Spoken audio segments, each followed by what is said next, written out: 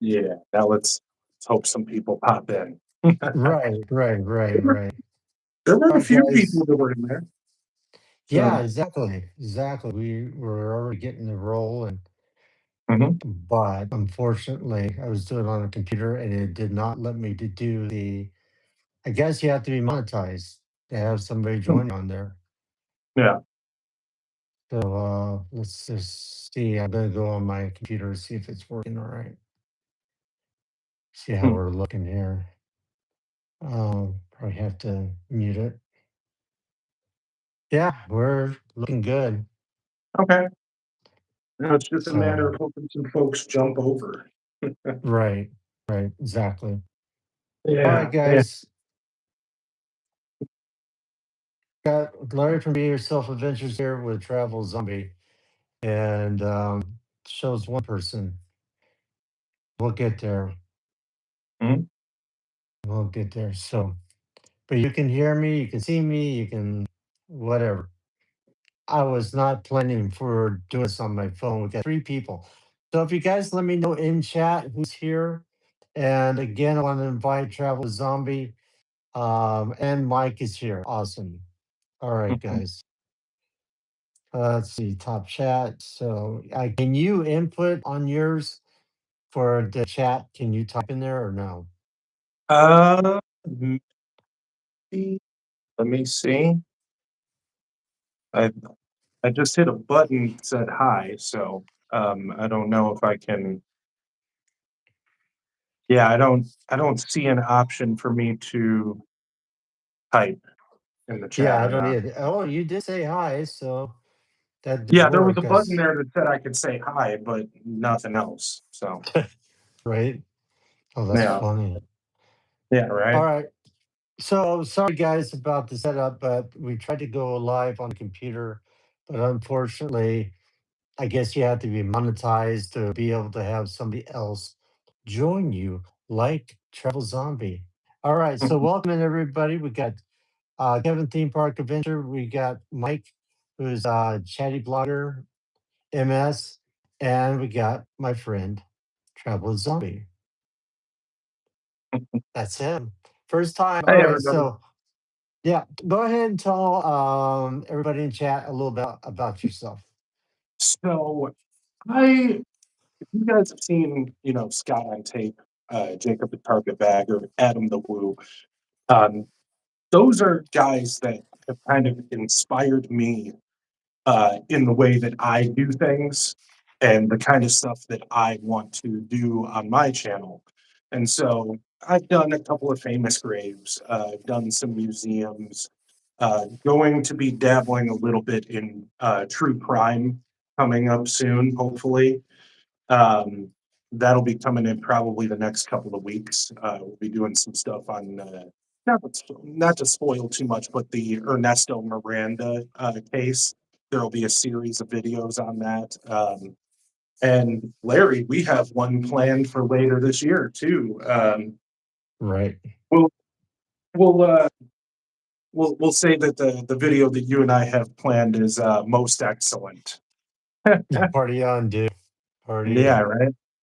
So Uh, it's yeah, I basically just do anything that I find interesting or exciting because I figure if I find it interesting or exciting, somebody else might too. So,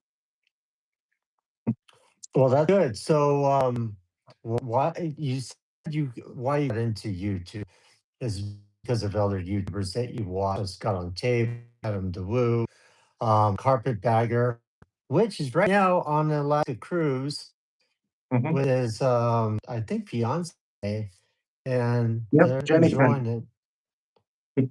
Yeah, Jenny is her name. Yeah, Okay, she does have like Jenny Penny channel as well. We got PP here, Kevin here. Everybody's saying hi. Congrats on 900 subscribers.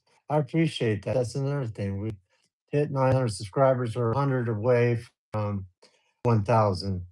So if you guys have questions with Travel with Zombie, just put them in chat. Either him or myself will read them. yeah, But we this will. is a yeah, this is the first time we've done this together. Again, my apologies. We're trying to do it on the computer. but the stupid thing Yeah, wouldn't let another person join, which is kind of a yeah. shame. I'll kind of show you here. See, there we are there. Hmm. But oh well, it is what it is. Yeah, I'm seeing now Uh, somebody said you're 99 away from hitting 1,000 subscribers there, Larry. So that's 99. awesome. Thank Yeah, you. And what is that yeah, song? 99 red balloons or something like that. yeah. Yeah, right. So these start popping the balloons. Like, give me a damn balloon here. Yeah, But yeah, and they come in bursts, you know what I'm saying? Like, you'll have none for a while, and then all of a sudden it'll just, you know? So, that's what happened right. to me. Oh yeah. Hey guys, if you can hit that like button, this will let the YouTube kind of reach it out there for other people to watch this. We also got George in here. Hey, my brother. He's gonna get there. Yeah, I'm trying. And we also got let's see, Pieto. He said no. Pierre. So tell me a little bit about Eddie Guerrero. Cabrera, How you man. came? Yeah, how you came So, about doing that? you were thinking about doing it too? Oh no, no, no, no. But I will. I do have something to throw at you after you talk about Eddie. Okay. So, Eddie Guerrero came from, like, a legendary, Mexican professional wrestling family. His dad, Gory Guerrero was a professional wrestler in Mexico. His brothers, Hector, Mondo, Chavo Sr., and even his nephew, Chavo Jr., were all wrestlers. And Wow. so, yeah, so there's photos of the four brothers together, uh, tagging together in his early career. But he he kind of came up in like the early to mid '90s Gotcha. through he went through the independents. He went through CMLL, which is a company in Mexico. He went through New Japan, which, of course, company in Japan. Probably, actually, I think they were like the first or second biggest company in Japan at the time. Oh And then wow. he made his transition to the US. And so he had to kind of a really unique style because he had the Mexican style, because there's different styles of professional wrestling, believe it or Oh not, yeah. Yeah. based on where you are.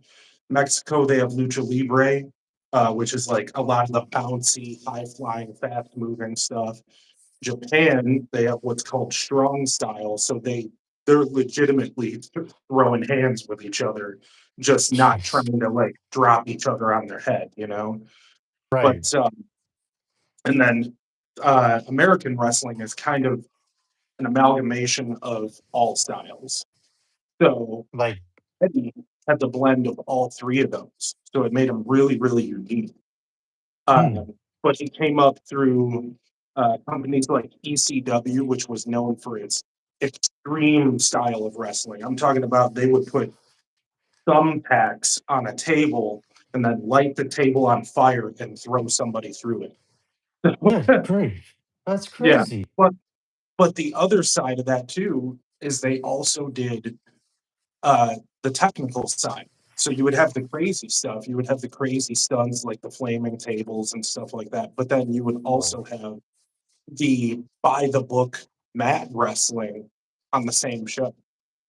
So Interesting. it was a really good balance of having the extreme stuff versus having the more traditional stuff too.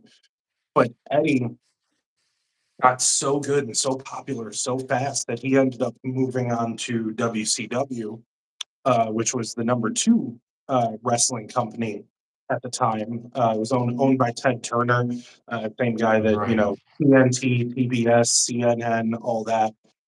And he moved on. He, you know, met a bunch of friends there. Chris Benoit was one of them, which what a tragic story his life ended up being. Oh Um, yeah. That's oh, you know the name? Yeah. For those of you who don't, Chris Benoit, after Eddie passed away, Chris Benoit went into such a deep depression and combined with what we now know as CTE and steroids, Chris Yeah. Benoit, through the combination of CTE and depression, ended up killing his wife and his son, and That then was, himself. yeah. So That, it's sad. It's really, no, really it's sad. horrible. It's But horrible. This is, yeah, but and his daughter recently said this too. The way that he snapped like that just yeah. demonstrate even further how important Eddie was to people Yeah. Yeah. because Chris couldn't contemplate life without Eddie, you know, Jeez. um, which is incredibly sad, of course. But Yeah. Yeah. so anyway, back to Eddie though. We can talk about the Benoit stuff later if you want. But so Right. Eddie eventually moves to WCW. He meets Chris Benoit, Dean Malenko, and Perry Saturn, and I believe that was all of them. And they Yeah. all became good friends because at the time in wrestling, it was a big guy sport, Right. and they were all Right. smaller guys. So they were constantly fighting, trying to get on the cards because at the time, if you weren't wrestling, you weren't making money. So Correct. you could go to the show and basically only make your base salary. But if you Yeah. got on the show, you were making more money. So Right. the guaranteed money didn't come until a couple of years later because of Kevin Nash and Scott Hall. But anyway, so Eddie, Dean Malenko, Chris Benoit, and Perry Saturn, all their contracts with WCW expired around the same time. So they Yeah. ended up moving to WWE, then known as WWF, together all at the same time. Right. And they got together, they formed a group called the Radicals. It was very, very successful. But what ended up happening was early in his career, when he was with WCW, Eddie had gotten into an addiction with alcohol and painkillers. And so I'm talking about he was taking a cap full of prescription painkillers. And That's one day crazy. he took a cap full of prescription painkillers and went for a drive to the store and Yeah. passed out at the wheel. And the crash was so bad, he was going so fast that pieces of his car ended up in the trees. And so Oh, jeez. it was a miracle that he survived. And Right. and this is coming straight from his nephew Chavo too, by the way. Um, he so he went to the hospital and all that, and of course, for like a major car accident like that, you're looking at being out at least a year. At least like a year, year and a half, something like that. Larry, you still there? Larry, Larry, I think I lost you, man.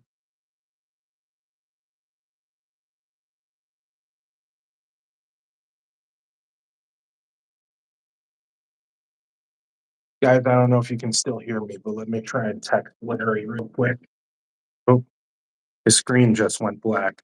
Oh, Wow. We're back. okay, you're back. Yeah. All Yeah. right, there we go. It abruptly just ended just like that. You know how an app just closes? Yeah. And I went back to go back to the live and said, "Do you want to resume?" I said, "Yeah, yeah, definitely want to resume this." No way, Right. but sorry about that. It's really weird. Also, I want to thank Travel with Lisa is here, by the way. Double Zombie. She is friends of Scott on tape. Just want to let you know that. Mhm. So she's close friends. We got Amy, Bella, and everybody else coming on. Again, sorry about that. Okay, you can continue where we're at. Okay, so Eddie had that accident, and you know, for something like that, you would expect that they'd be out for at least a year, year and a half. You know what I'm saying? If Right, not more, right. that could be a career ending type thing.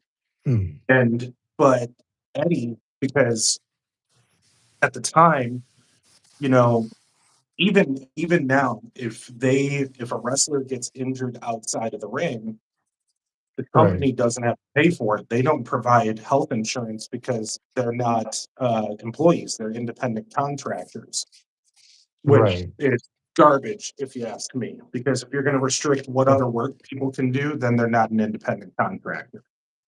But Yeah. anyway, That's crazy. so um,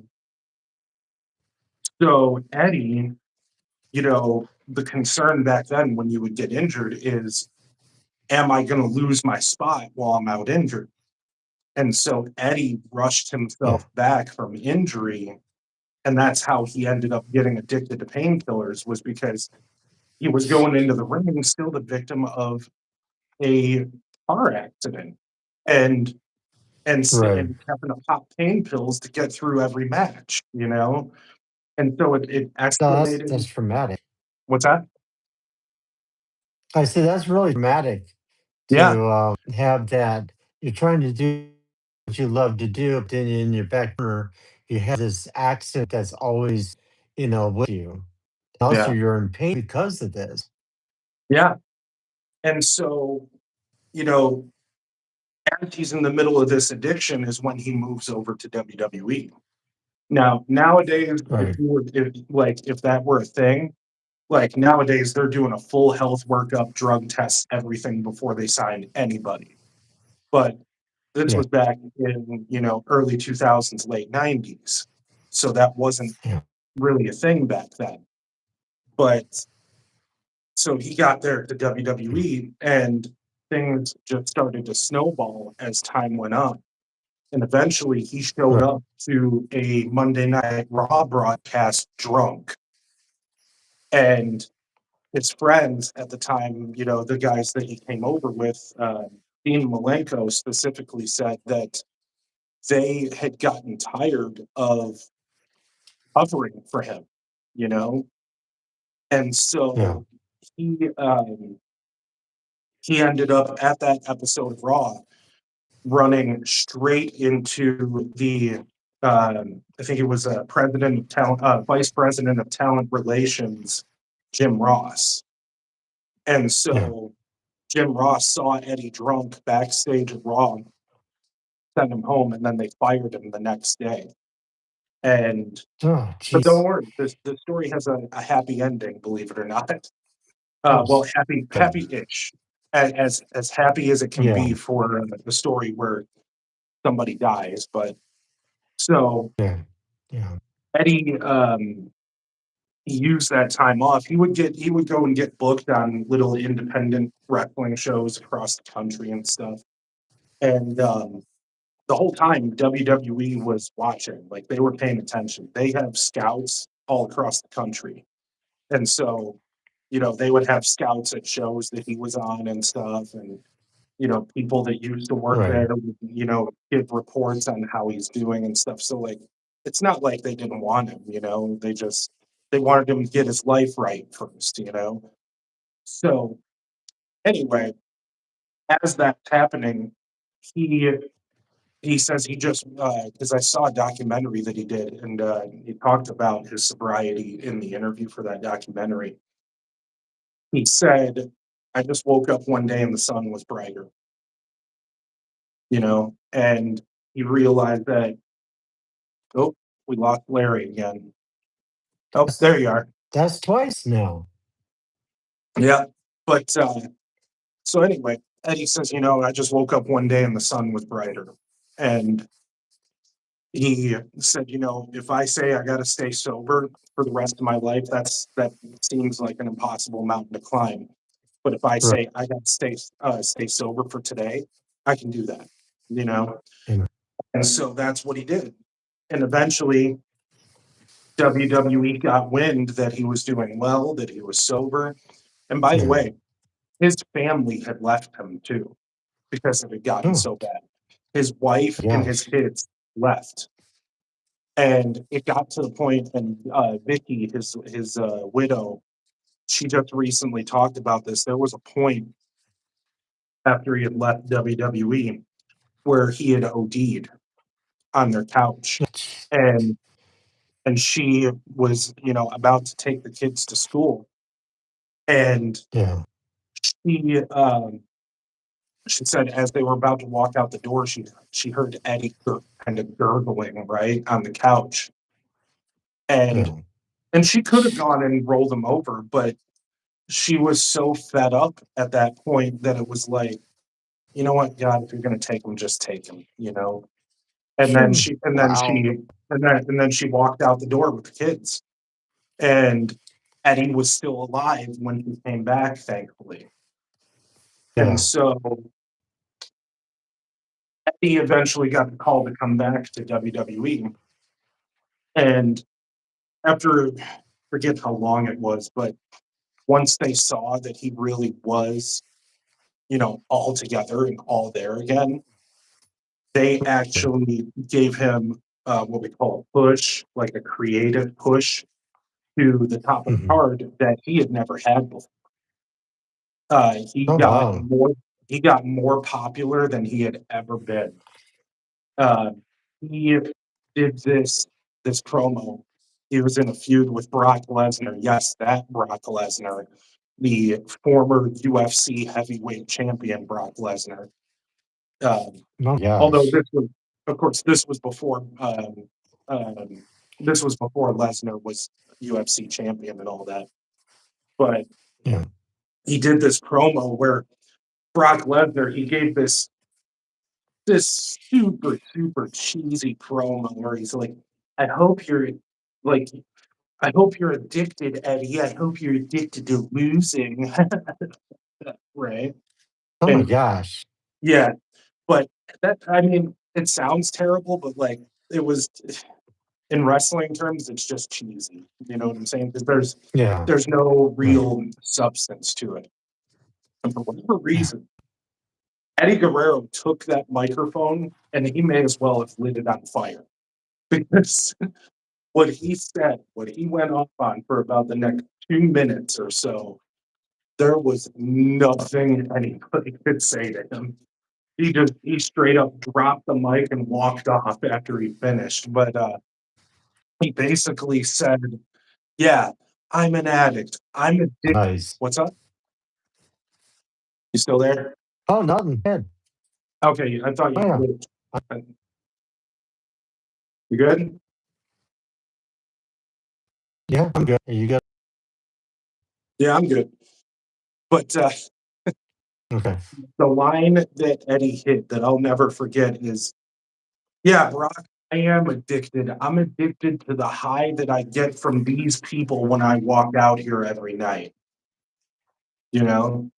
Yeah. So, but he went on that following pay per view against Brock Lesnar and won his first ever WWE championship at I think it was the Cow Palace, which I forget where the Cow Palace is, but um, and it was something like a year, maybe less, after that that he passed away, and it was such a No, sad story because I think it was I forget if it was heart failure or something along those lines, but it had to do with effects on his organs from his past drug use. And yeah. the Yeah. story of him being found is so sad because he was in Minneapolis for an episode of Raw. He flew in on Sunday, I think it was, and I forget if it was Sunday morning. I think it was Monday morning. Um, oh, we lost you again for a second. This is crazy. What is on? It's on my iPhone, Yeah, and this is the third time it's done. It's just the whole app just quits. There's no that's updates or weird. nothing. But you were saying that how he died. So continue, can please. Okay, so he was in Minneapolis, and I believe he had flown in like the night before, and then All right. uh, he was in the hotel there in Minneapolis, and his nephew Chavo had gotten a call from the desk saying that Eddie had missed his wake up call. And Yeah. so Chavo went and knocked on the door. And when there was no response, they went and called security, and security forced the door open. And they found Eddie laying in the bathroom with his toothbrush in his hand, gurgling. And so he was still alive. He was Yeah. still alive, but he actually passed away in his nephew Chavo's arms. And the crazy thing, though, people like there's this misconception that he died of an OD. No, the toxicology showed that he was stone cold sober when he died. It was Yeah. uh, something to do with his heart from due to his past drug use. So he died Yeah. sober. Yeah. Yeah. So that's really interesting if you think about it, because what drug and alcohol can do to your body, even though Mhm. you may, stay clear from it, or, you haven't done for a while, they still do massive effects. So later on, Yep. especially as you get older, how old was he when he passed? He was 38 years old. That's ridiculous. That's Yeah. crazy. One of his daughters was I on mean, the I'm jury. sure. Yeah. Jeez, that's sad. Yeah. It's really But sad. what's really cool is one of his daughters, Doll, she tried wrestling, but uh, she ended up having to stop because she got an injury that wouldn't allow her to continue. But Right. his, I believe she was his middle daughter because Eddie and Vicky, when she left, Eddie started seeing another woman, and so he had a daughter with another woman during the time that him and Vicky were separated. And Oh wow. That daughter Sherilyn is now training to be a professional wrestler, and she's training at Booker T's school in Houston. So yeah, Oh, has he ever? I wonder if he's ever thought about doing that for the Olympics, because they do what's that? have, female wrestlers for the Olympics. If she's ever tried that for, the Olympics, something like that. Oh, you mean like mat wrestling? I Right. don't think so Right. because that's not the style that Eddie did. He did professional wrestling, WWE, WWF style. Right. What you're thinking of Okay. is like Kurt Angle. Kurt Angle was another one. Right. Or He was a like he's as far as legendary wrestlers go, they don't get much bigger than Kurt Angle. But before he was a wrestler for WWE, he was an Olympic gold medalist. So, right. you know, Right. That's well. I like. I'm a big sports person. I mean, I've watched wrestling before. I like wrestling, but mhm, of course, my forte is more ice hockey and stuff like that because I used to play yeah, it. yeah. So, I was going to tell you about a another famous person that's buried in Arizona. It's Emmett the Clown Jr., who Okay. was born in 1924. He was the real clown face, that was like in the circus and everything. So buried in Sierra. So there are a lot of other people that had a lot of influences with Arizona. So, Mhm. but so why was he buried where he's buried at the Green Acres? So How did that come about? they had just moved to the Phoenix area after before he passed away. They had just bought a house, which Okay. Oh, talk about jeez. talk about terrible timing because at the time Right. Vicky wasn't working. She was a full-time stay-at-home mom. And Yeah. so but what was really cool was WWE after Eddie passed away, they ended up giving Vicky a job on screen for like 10 years after that.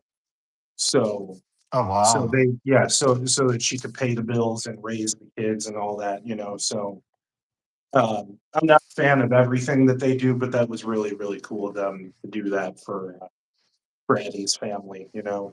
But Right. sorry, what was the? Oh yeah, why is he buried in Scottsdale? So there's a story about that actually. Wrestlers, they're like it's a brotherhood, right? As a matter of fact, Right. actually, about 100 feet down from Eddie Guerrero's grave is superstar Billy Graham, and it turns out That's that's actually superstar Billy Graham actually officiated Eddie's funeral, and he specifically requested to be buried near Eddie because he loved Eddie so much, and so he bought oh, that good, plot good. because it was near Eddie. But what's Yeah. really cool is one of the first employee that Vince McMahon ever hired after he bought the company from his dad was a guy named Howard Right. Finkel. It was a guy named Howard Hmm. Finkel who was primarily an announcer. Like he had jobs behind the scenes too, but fans we knew him as the announcer, the in-ring announcer that would and now on their way to the ring, whatever you know what I mean. Um, and Howard Finkel, he loved. Yeah, you blacked out again. So I'm sorry about this, guys. I don't know what's going on with the app, Yeah, but yeah. Once, I want to welcome more people in. once, yeah. Once I get a laptop, we'll be able to probably do this or different way. Yeah. Um, but so Howard, because remember Eddie died in Minneapolis and he lived in Scottsdale. That's a Yeah. long way away, Oh, and yeah. so Howard Finkel personally escorted Eddie's body. He went with Eddie's body all the way Mhm. from Minneapolis back to Scottsdale. Like, Oh, yeah, he rode with Eddie's body everywhere it went that's because great. that's how much he meant to Howard Finkel. So Right. yeah, it's something else, man. It reminds me a lot of my haunted house days where we would take care of people like that. So yeah. Yeah. That's crazy. I have she's not on right now, but her name is Ronnie. She has a channel called Ronnie's World. She used to do a lot of that with the haunted houses and Mhm. everything else like that. To participate and be part of it, what have you. Yeah. Uh, Um, I did do it once. I did do it once because I had an agent back when I was doing the acting or what have you. Mhm. And there's like 40th Street or 44th Street in Thomas. There was haunted house set up and what have you. In fact, I Yeah. got to scare Alice Cooper and his family. Mhm. So That's that was a lot of fun. that's cool, man. That's it's always Yeah, fun when you get a celebrity. We've had a few in our time too. I talked about on one of my streams. We had Brian Urlacher came once, uh, yeah. who he was still active at the time, but he's now a Hall of Fame linebacker from the Chicago Bears. And he Oh just wow. showed up. Yeah, he just showed up completely unannounced one day, and he was super nice. He had a lot of fun and stuff, and Yeah, but the coolest ones for me were and actually, you might have heard me talk about this on my stream, but the coolest ones for me were in 2016. Um, I'm a massive Chicago Cubs fan. I have been since I was a kid. Um, right, I don't watch them like obsessively like some people do, but mostly because right, it's hard to get Cubs games out here unless you've got like a cable TV package, which is expensive.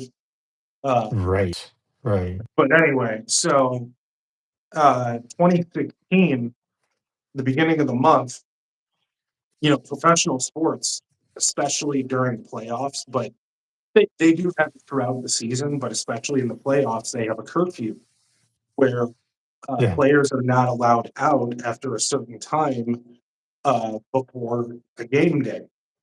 Well, yeah. the Cubs, they had a couple of days stretch between series, and so they had a couple of days where they didn't have a curfew.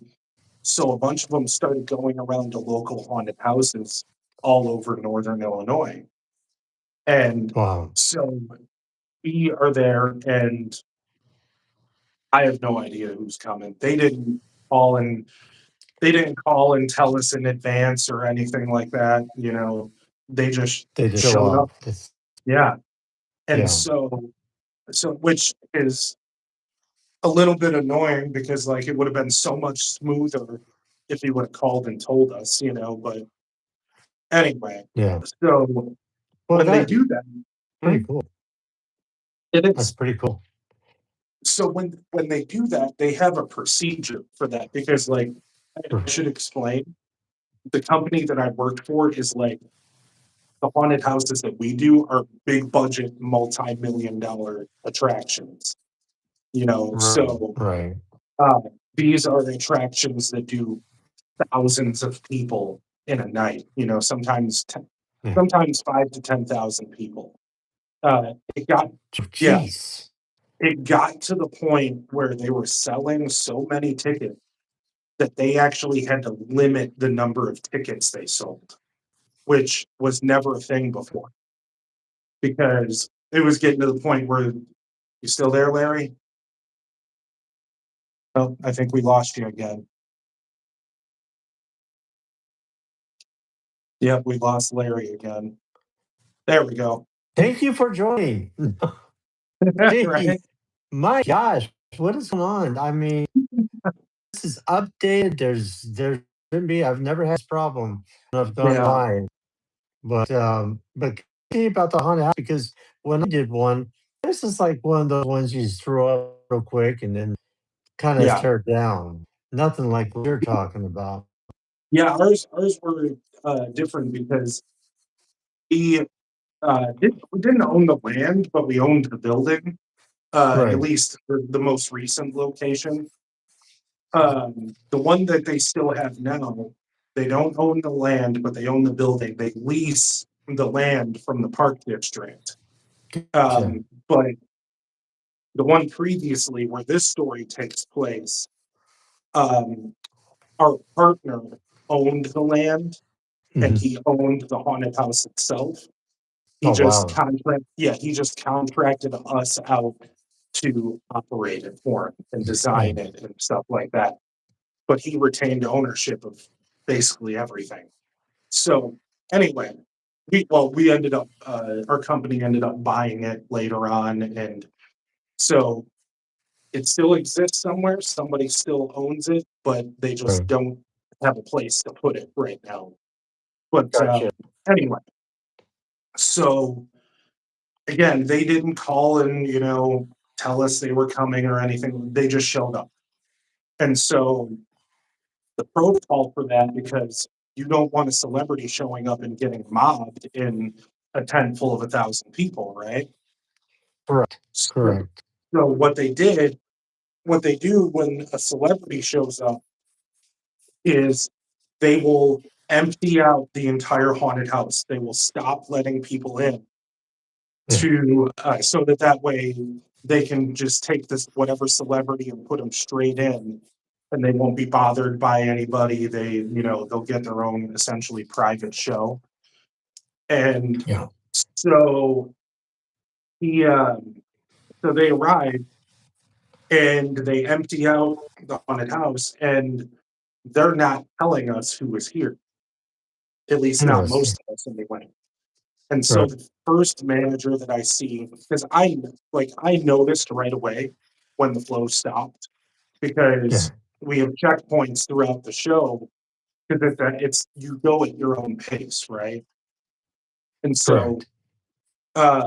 so they have to have a way to control the flow so that actors have a chance to reset, get a drink of water, eat a granola bar or something like that, right? Because Right. it, Right. it's a physically demanding job, believe it or not. But Oh, yeah, it's not easy. yeah, and so the guy there has to be somebody to create those breaks for them. That was me Right. and my partners in my room. So we would always Hmm. have people in our room because we were creating breaks for everybody else. So when they stop the flow, when they stop letting people in, I'm among the first people to notice because why is my room empty? But Right. so I Right. notice and I see a manager and I'm like, who's coming? They're like, what do you mean? Who is the VIP that's coming? How did you know? Because I don't have a radio, so I theoretically shouldn't know, right? Right.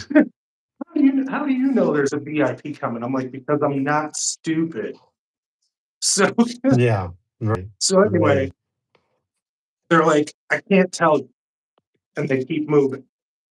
Another Yeah. manager comes along, and this one I have known for the better part of like 20 years. So he knew he could trust me, right? Yeah. And I asked him, he says there's a bunch of Cubs players in the bullpen.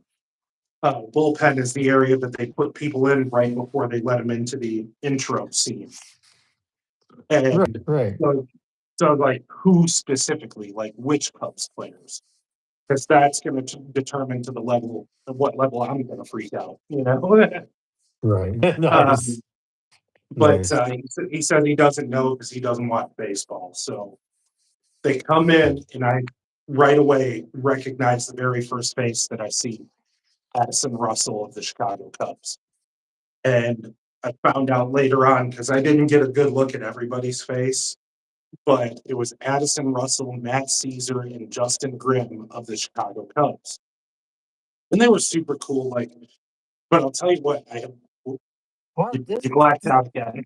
this seems like this is becoming a standard for going on YouTube Live. Sorry, guys, I don't know what's going on, but we still got right here. We still got King Park. We all got Al Hardy is here. So we got a lot of people. If you guys have questions for Zombie, before I black out again, why he's doing this, I don't know. No. But are you serious that you had him come? He came through with the Cubs. Yeah, so they came through, and I had one little minor frustration because somebody didn't communicate something to me right. Right. As a lifelong Cubs fan, so when the celebrity comes through, they usually have like we have our own photographer on staff that Yeah. takes photos for like the social media and the marketing and stuff like that. And so anyway, she's following him and she's doing something with her camera, and I get the signal to send them into the next room, right? So I send them into the next room. And she looks at me and goes, "Why did you do that? I was going to get a picture of you guys together." And I was like, "Why didn't you tell me that?" You know. Nice. Nice. Nice. So, so I didn't end up getting my picture with them, but I got the best gift possible after that night because up until that point, Cubs had not won a World Series in 108 years. Right. And Right. less than a month after they came to see our show, the Yeah. Cubs won the World Series in They, 2016. they probably got excited because they saw you went through the haunted house and did Yep. all this stuff. Yeah, So, that's you that's know, the theory that we all have is that like them having that weekend to go and loosen up and have fun and stuff right. helped Right. them loosen up for the games. And True. so like we're not trying to take credit. We're not delusional here. We weren't on the field, um but if that contributed to anything, then man, that's awesome. And so it was a wild experience because, beginning of October, they're paying money to see me and my friends perform for them. And then Yeah. a month later, I think it was like November 2nd or 3rd or something like that, they win the World Series. And a couple of days later, I'm standing in Grant Park with a couple of million people watching those same guys walk across the stage and lift the commissioner's trophy. Like That's crazy. they did, based on the estimates for the crowd, because they had a parade and they had a rally. And based on the estimates from the city, it was something like the seventh largest gathering in human history that's recorded because it was like Oh my five, gosh. Yeah, it was estimated at something like 5 or 6 million people were there. That's crazy. That is Yeah, totally crazy. yeah. The experience of something like that is, well, like for me, I was thinking about Alice Cooper because they didn't announce it or anything else like that. He just came with his family, and I was doing Wait, the who are we talking about? Chainsaw Massacre Who are room. we talking Alice who are we talking Cooper. about? Alice Cooper. Oh, Alice Cooper, yeah. Yeah, that was kind of a surprise to have him come in with his family and stuff like that. I think Mike has a question. I think it says, "Zombie, only the Seattle Mariners have never been in the World Series. There are many reasons, but too numerous to mention." LOL Wait, hold about on. the Seattle Mariners. I'm trying to find the comment that you're talking about. Hold on. Only the Seattle Mariners. Okay, I see. Mariners have never been to a World Series for many reasons, but too numerous to mention. Yeah, fair. Uh, the Cubs were like that for a long time too, with the Bartman incident, where the guy.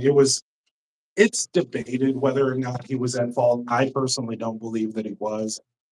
I think that he was Yeah. just doing what any fan would have done in that situation, where he tried to catch a foul ball, and unfortunately ended up a scapegoat for a lot of people. And that poor guy now, he hasn't been out of hiding in.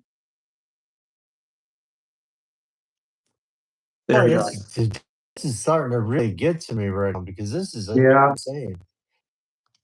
but Yeah, continue, please. so yeah, Steve Bartman, that poor guy, he had I feel bad for him to this day because there were death threats and Yeah. stuff. People were sending him death threats.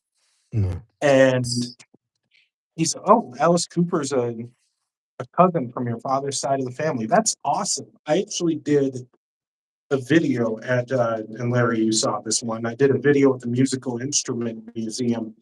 They have a whole Yes. exhibit dedicated to Alice Cooper. They have his mirror suit, one of the canes that he would use during Schools Out. They have the Right. giant inflatable pencil that they would use on stage during Schools Out. They had his yearbook was there with his original band and all that. Like it was really really cool. So Yeah. uh, I'm gonna plug myself a little bit here if you don't mind. You Oh, cool that's with that? fine.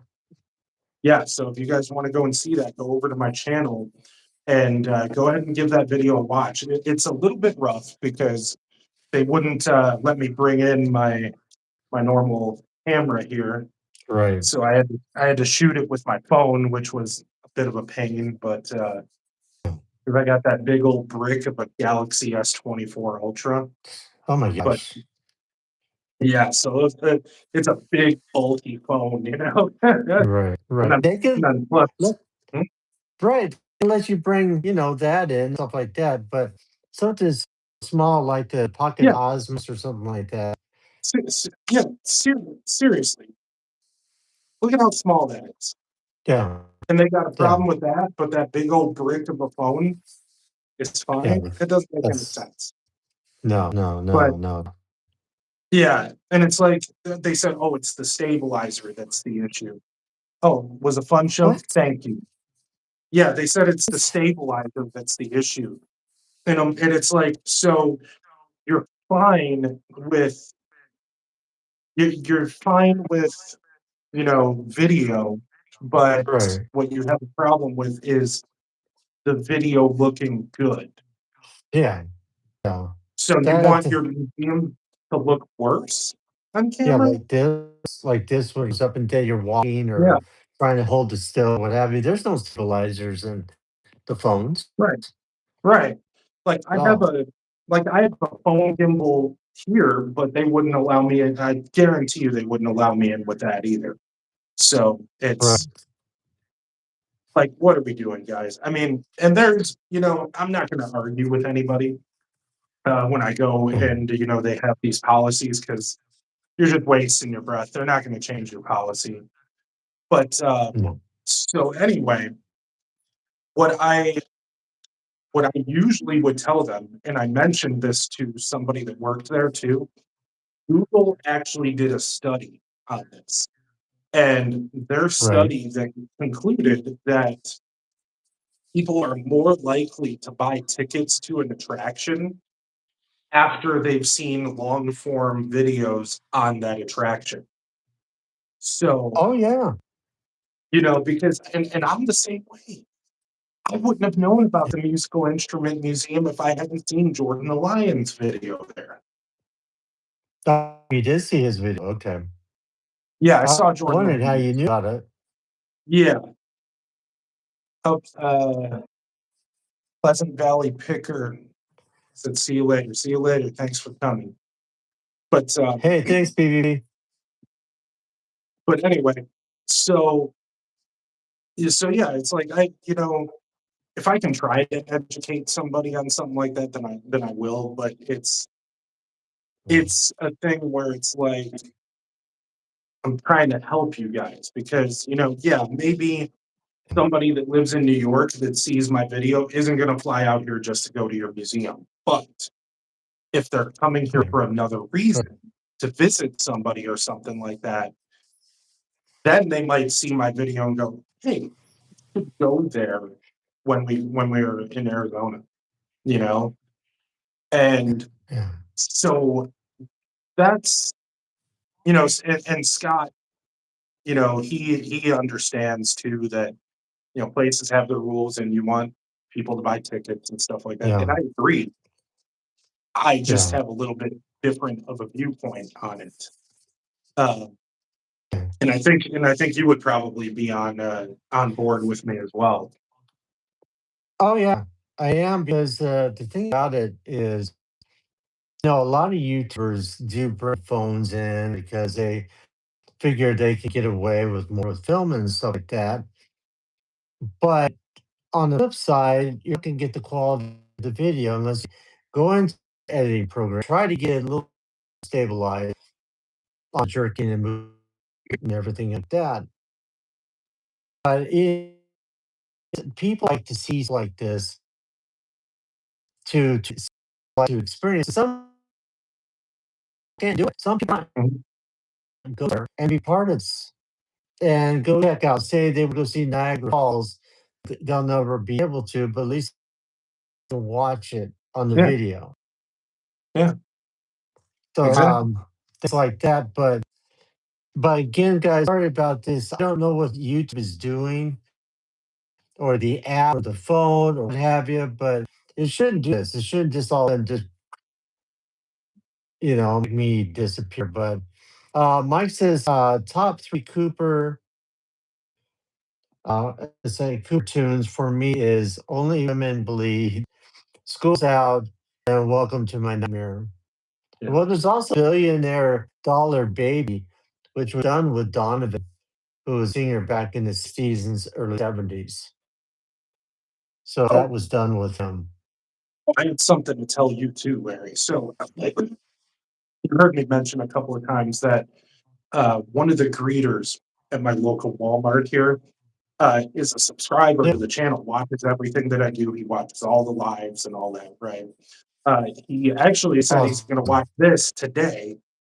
I don't know if he's in the room right now, but anyway, so um, I told him, I said, "Hey, I'm going to be going live with." Sorry, guys. Back to Walmart. Yeah, so I told him, I said, "Hey, tomorrow afternoon. I'm going to be live with Larry, Be Yourself Adventures." And Right. he's like, "That sounds familiar. Who is that?" And so I showed him the thumbnail, and Yeah. he's like, "I think I've seen that guy somewhere before." And he goes, "Look up Sean Clark's video from the Near Dark filming locations." And Right. so he starts scrubbing through the video on my phone. He goes, "Is that him?" I said, "Yeah, that's him." So Nice. he Nice. recognized you from Sean Clark's video. So I started to get out there. So people me and what have you. But that's pretty cool. I just say that's pretty darn cool. So Yeah, he's in here watching. Thank you. I appreciate it. yeah. I I'll let him know in person too. Next time I see him, that you appreciate him watching. So oh, you definitely, I really yeah. do. And again, my apologies. My first trying to get this set up on computer, which I Mhm. was hopefully that I could just invite you in. Second of all, get you on the phone, get that set up real quick. And then all of a sudden these little breakpoints where the app just completely quits. So luckily I'm able to go back in there and it says you want to continue to resume or do you want to deny it? I said, hell no, I'm not denying this. And continue it. Right. But I really appreciate you because there's a lot of things, we got coming up. I'm gonna be doing things with you, which is Yeah. fantastic, which it'll be an honor. Mhm. Yeah. Do you want to? Do we want to tell them what it is that we're gonna? Yeah, you go ahead. Yeah, that'd be great. Okay. So, are we telling them all of it or just the next one? Just this next one. Um. Okay. So the next one, myself, Larry, and forgive me, I don't remember who else. Uh, we are all Ronnie's going. World. What's that? Ronnie's World. Ronnie's World, and then weren't there Yeah. one or two more? Yeah, Kelly in a park. Okay. So we are all going to be meeting up and doing the grand opening of Bucky's in Goodyear together. Yeah, So that's going to be a lot of fun. I've been to Bucky's a couple of times before. I love doing road trips. You guys are going to find nice. that out as the channel grows. I love doing road trips. Have since I was Awesome. a kid. But I've been to Bucky's before. If you guys have never been, Nope. you got to get yourself a brisket sandwich. Number one. Number Right. two, you got to get yourself some beaver nuggets. That's So what I'm gonna try. yeah, so we'll be trying those. Um, Patty Blogger MS. Favorite horror film of all time. Ours is Cabin in the Woods. The question I have though is the original Cabin in the Woods or the remake? Because Uh, I've never seen the original. I've only seen the remake, and I loved the remake. I think. Oh wait, no wait. I might be thinking of a different movie. Oh no, I was thinking of Last House on the Left, which I yeah, that love. was fun. Yeah, I love the original or the new Last House on the Left. I haven't seen the original. Um, Cabin in the Woods, I think, was directed by Joss Whedon, if I remember correctly.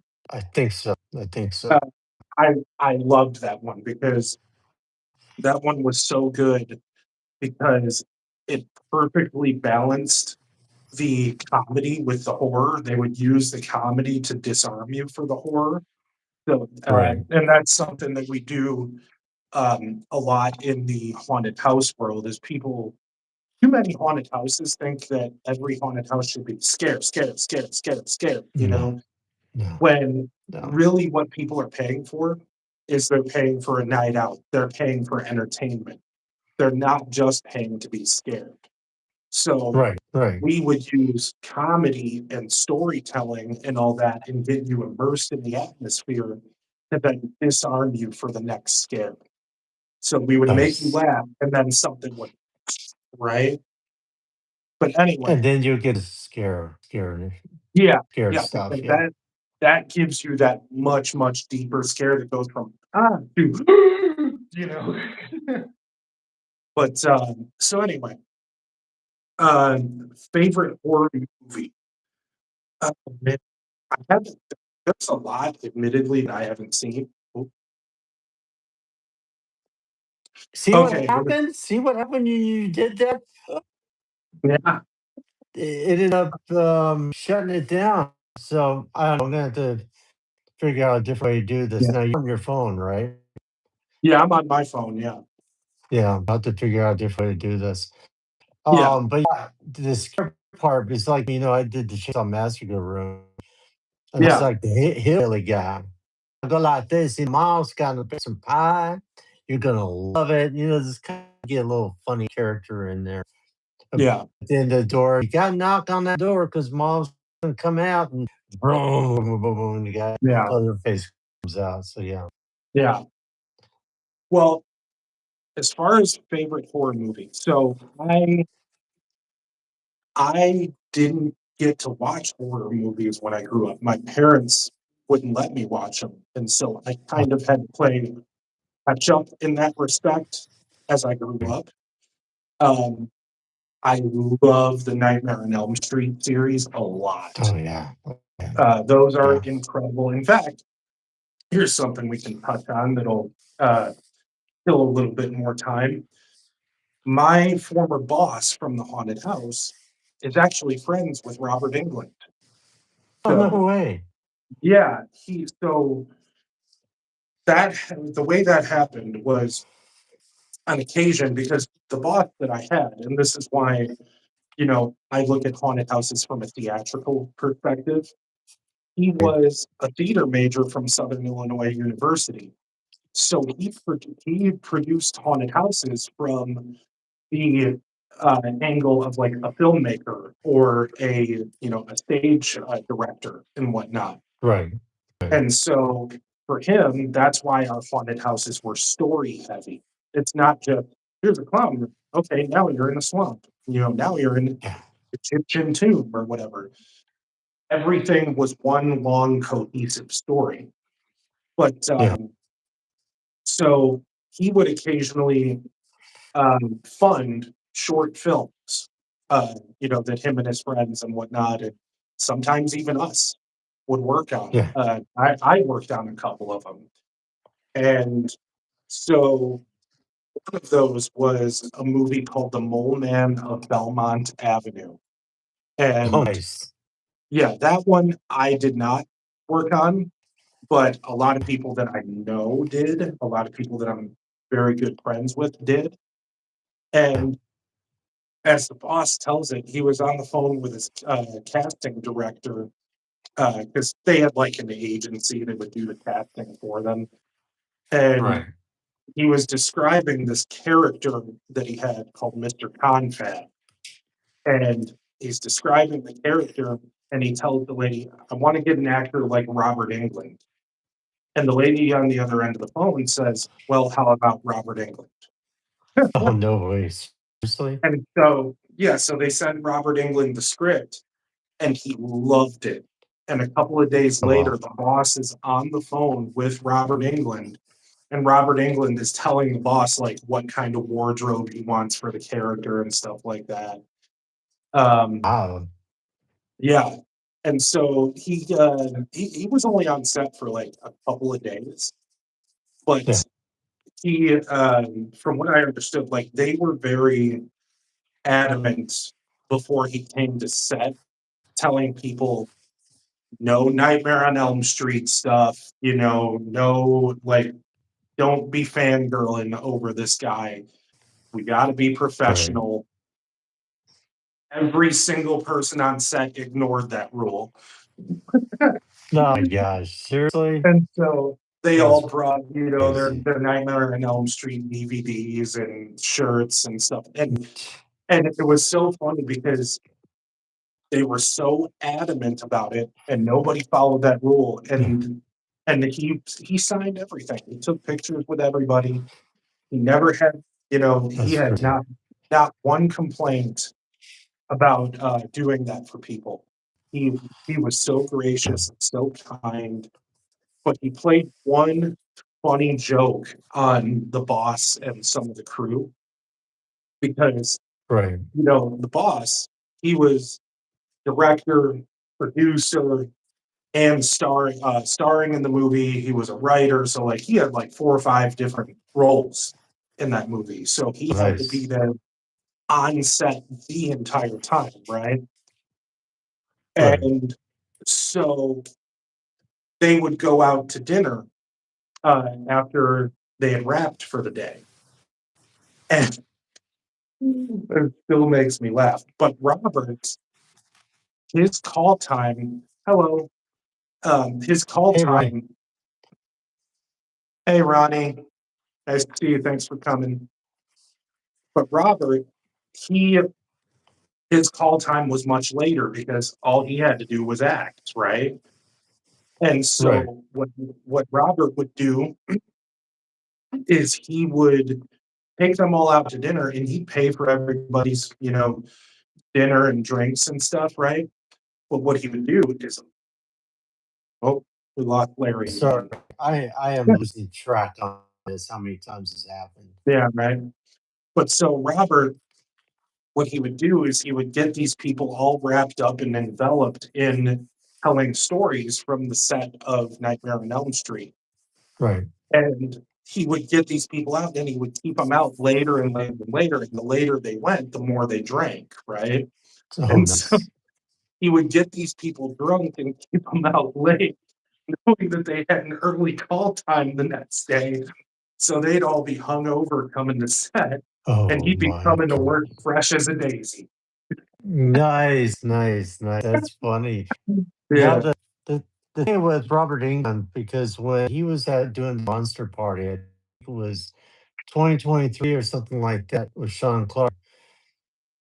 He was sitting at the bar with Lance Henderson, who's a real good close friend of mine, because I worked with him in Near Dark and things like yeah, that. And they're like waving at me and stuff like that. And Lance knew who I was off the bat.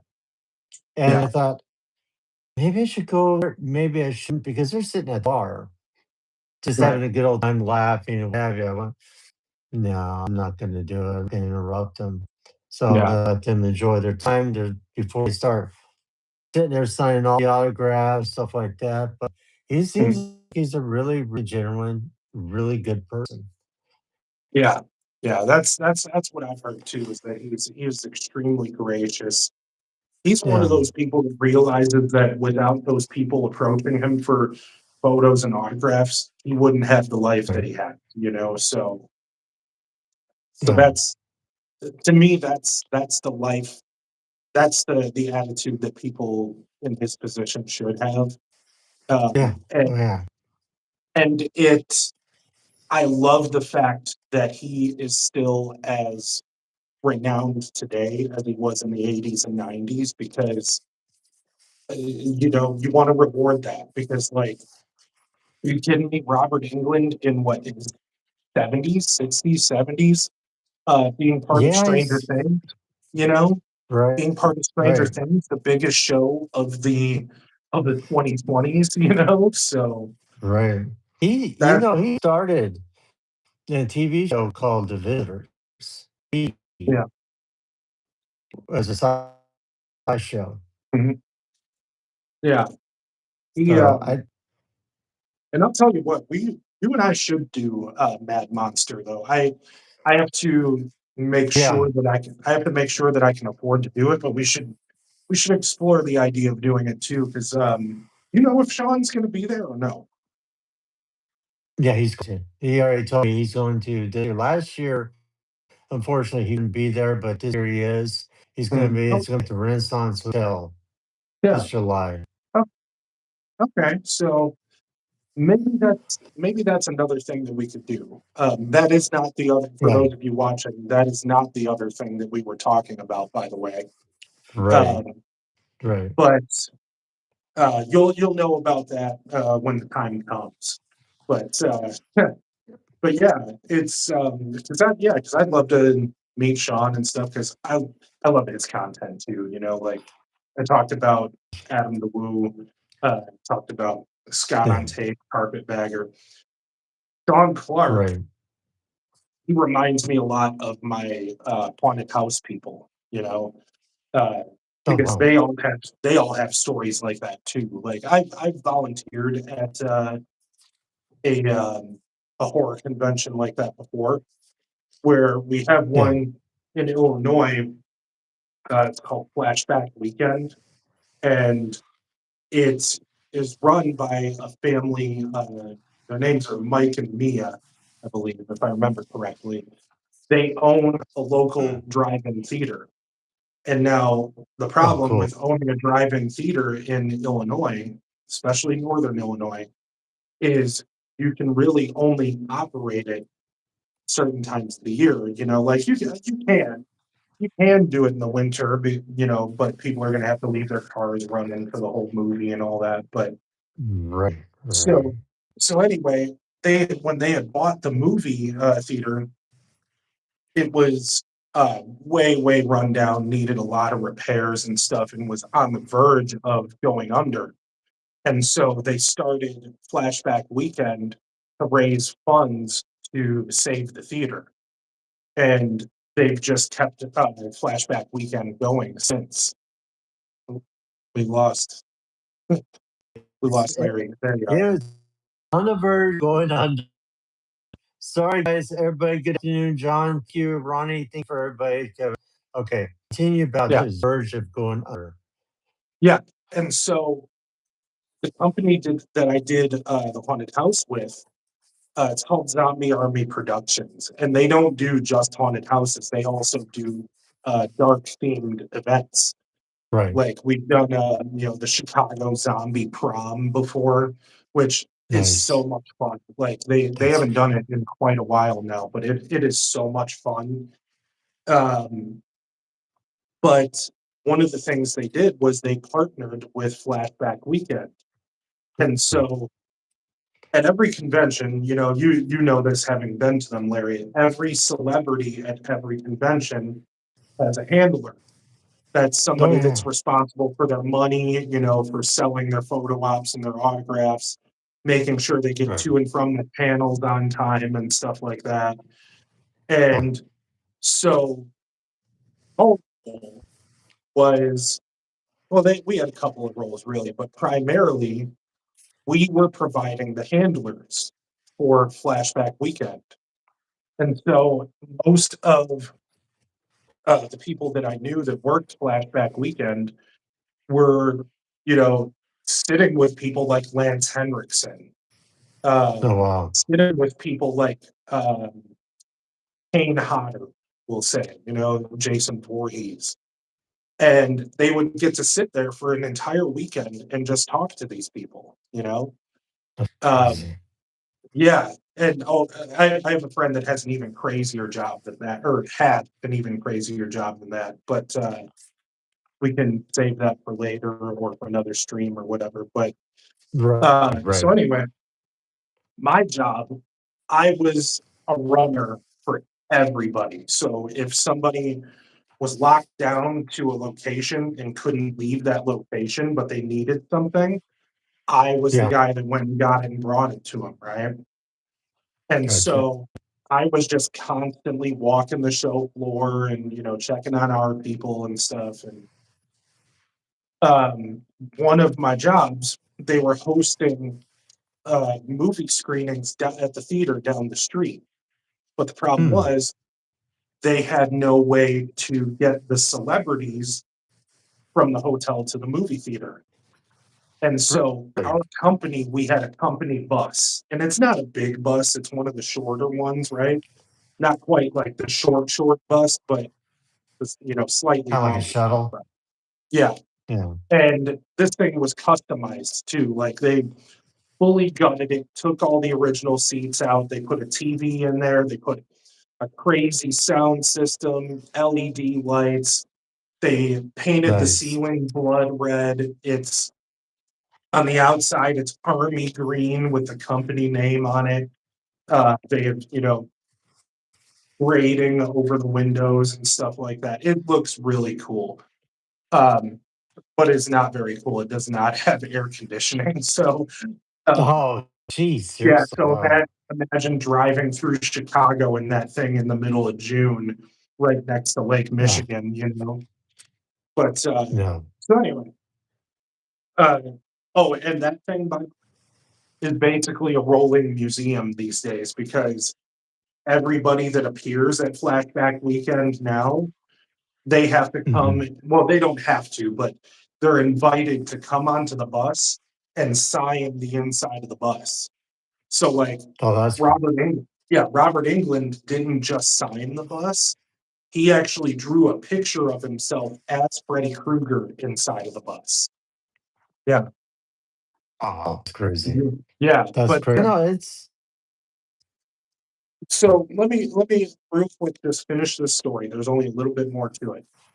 So anyway, they're shuttling the celebrities back and forth, and I Right. am I'm there at the landing where they're loading people, just kind of trying to keep things organized, right? And make sure that only the celebrities get on the bus and not like Yeah. any attendees of the convention. And so Yeah. I'm standing there and the bus had just left because they had to do multiple trips. And I feel a tap on my shoulder, right? And I turn around. It's freaking Tony Todd, the Candy Man, standing right. Oh, I'm gonna there he is. start doing this in my sleep. Yeah, Jeez. right. But so I feel a tap on my shoulder, right, as I'm waiting for the bus to come back. Right. And I turn around and it's freaking Tony Todd, the Candy Man, standing No, behind me. no Yeah. way.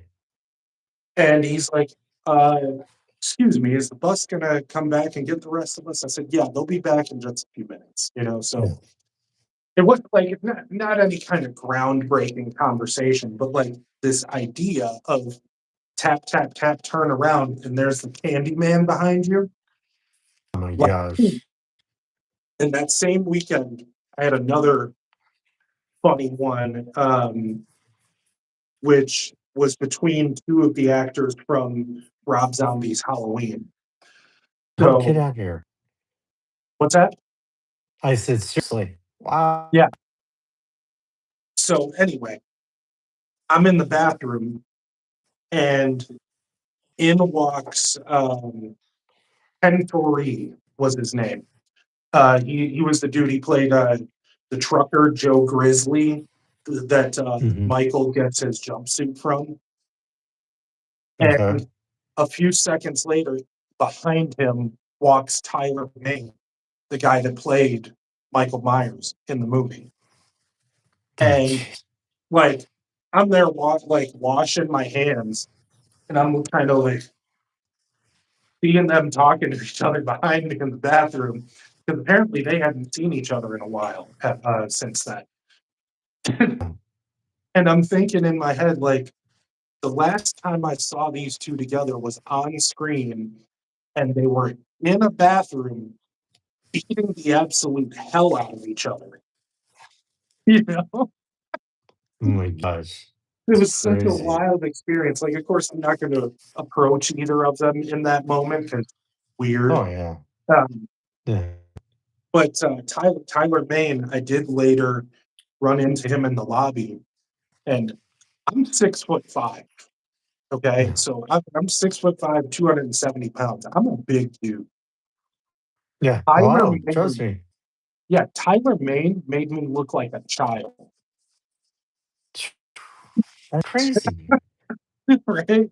That's Like crazy. that dude was at least 7 feet tall. Like That's that's nuts. I look so, like a little yeah, teeny munchkin.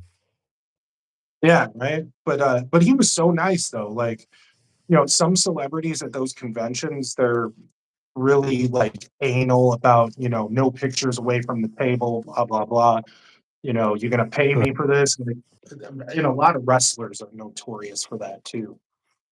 Yeah. But Tyler Mane couldn't have been cooler, man. He took time with us and was super, super nice. So yeah, I think we should explore the idea of doing Mad Monster together. I don't know if I would be able to I do do too. like yeah, I don't know if I would be able to do the whole weekend. Oh That's a no, I very couldn't either. yeah, that's a very big maybe. But for Yeah. me, I think the best day to go to most conventions is usually Saturday because that's the one that's kind of in the middle. But but that's also the day that's the busiest. So um, Right. I don't know. We'll talk about that at some point, and because I get my finances back in order. I haven't been working recently, but yeah. So that's because I would love to meet Sean and tell him how much I admire his videos his knowledge of horror and stuff like that, because that that connection kind of with the convention world is why he reminds me so much of, my people from my haunted house days. And Nice. that's the highest compliment I can give to anybody too, because the people that I know from my haunted house days are some of the best people in the world. I've said before on my streams, I've been blessed to have some of the best friends in the world from my days doing that. We've, That's awesome. collectively, yeah, we've collectively saved people's houses before, when we found out they were going to lose their house due to Right. almost like a medical bankruptcy. We were like, yeah, we're not going to do that. We're not going to let that happen. And even the company that we worked for on that one actually matched the same amount that we raised. So Yeah.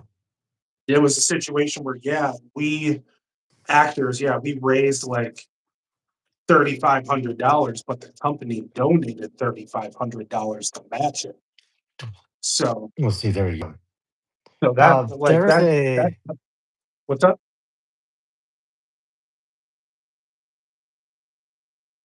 Oh, I think we lost Larry again.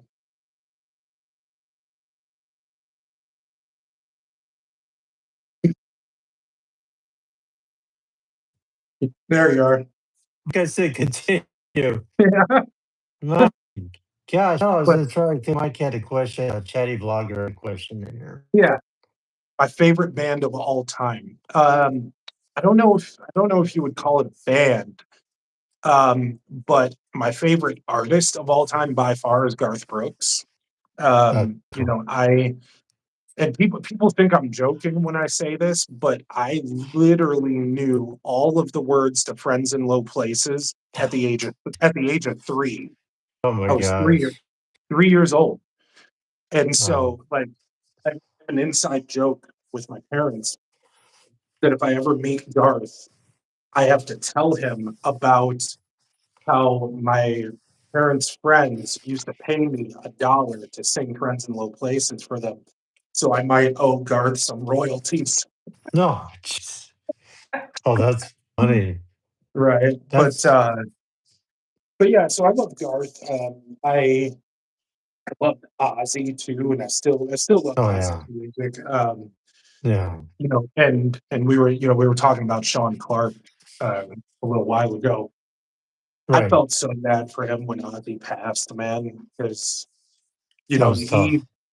yeah, he was friends. I mean, not I mean, friends, like business friends, you know what I'm saying, Right, with right, right. the Osborne family, but it's like, when you get to know somebody of that stature and you're in his position, Yeah, like, that's as close as you get to being, friends with them, you know what I mean? And yeah, so I felt so bad for him, man, because he worked so hard to get into their good graces and to get there and stuff. And right. so, now not I mean, I'm not su of course, I'm not sure if things have changed since then, but when Ozzy died, he didn't know if he would ever get to see, Sharon or Jack or Kelly ever again. Yeah, And so and he was with Ozzy just like the weekend before he passed. He yeah, was there at that convention in the UK. So yeah. my opinion Oh, on Brooks when he changed his name to Chris Gaines. Okay, so I actually lived in Oklahoma City for 7 months. yeah. And I'm sorry, I'm just seeing these questions. That's why the abrupt Oh, pivot. no, go for it. Go for it. But so I actually lived in Oklahoma City for 7 months, and my aunt years ago, she's since passed away. Yeah, She lived on she lived on a farm. Not like she wasn't the farmer, but I don't know. I think she rented the house from the farmer, and yeah, that farmer actually knew his family actually knew Garth when he was young before he got famous. And so um, that was a thing where he would come over every weekend for dinner. Right. You lived Right. in the village section. I was way in the northwest corner of Oklahoma City on MacArthur Boulevard in across the street from a Golden Chick restaurant that I used to Yeah. work at. Yeah. But they had the most delicious yeast rolls that I've ever had, man. But Nice. Nice. so anyway, sorry, I got to put my leg up. My hips getting a little tight here. But Right. so anyway, she lived there, and this farmer knew Garth when he was younger. But Yeah. of course, as he got famous, like that really stopped happening because I mean he moved to Nashville, so how often would it be possible? But so anyway, as far as the Chris Gaines question, so a lot of people misconstrue that because a lot of them think, oh, he just wanted to do pop music, so he created an alter ego, and he went crazy and stuff, and that's not what happened at all. No. What it No. actually was he was working on a movie that he was both going to produce and star in. He was going to star in the movie as an Australian rock star named Chris Gaines. And so the movie was called The Lamb. You can look it up. But so what they decided was they wanted to release Chris Gaines's music. Oop, we lost Larry again. This is becoming more and more frequent. Okay, go ahead, Chris Gaines. No, I'm sorry. Okay. Go ahead. Okay. So so anyway, um, they wanted the audience to already know Chris Gaines's music Right. by the time the movie came out. And so they decided they were going to release the album long before the movie came out. So he Nice. released the album. He released the album, and then the movie got canceled. Oh, And so, jeez. yeah, and what's funny too is people believe that he was trying to keep it some secret that he was actually Garth Brooks, right? Right. The album was titled Garth Brooks in the Life of Chris Gaines. Nice. Yeah, real big secret, right? Right. Right. But Exactly. Exactly. but so it's like, and the other thing too, besides just people misconstruing what that was that was a really good album. In Yeah. fact, if I remember correctly, the lead single off of that, it's called "Lost in You," which I highly, highly, highly recommend you guys go and listen to it when you get a chance. It Oh was wow. it was recently covered by I think it was Childish Gambino, who he's usually a rapper, but Yeah. he went and covered this song, and it was absolutely beautiful. But Wow. definitely look for the original first by Chris Gaines. Oh, If I remember correctly, that song was actually the first song that Garth Brooks ever wrote. Well, I don't know if he wrote it, but recorded that debuted at number one on the Billboard Hot 100. And still to this day is the only time that he's had that happen. So, that's crazy. yeah. That's And crazy. by the But way, I think it went platinum too, that album, if I remember correctly. So, how right. unsuccessful was it? Right. Just to let you know, getting back to we're talking about Sean Clark. You're talking about if he still has contact with Jack Osborne and Sharon and all that. I was, Jack Osborne was live, so I kind of was in the chat or whatever. I said something about if he knew Sean Clark or I knew he knew him, but it's going to be seeing him, whatever. He says, yeah, I'm going to be seeing him in about a week. So they're still in touch. Okay. So I just wanted to kind of fill you in on that. So it's not like Yeah, they that's since that's good. since he passed. Yeah, so that does really, but we're probably gonna have to probably wrap this up in a little bit because I'm gonna have to get going but I am so frustrated with this thing keeps closing on me. This Yeah, stupid app. I mean, it's just YouTube, period.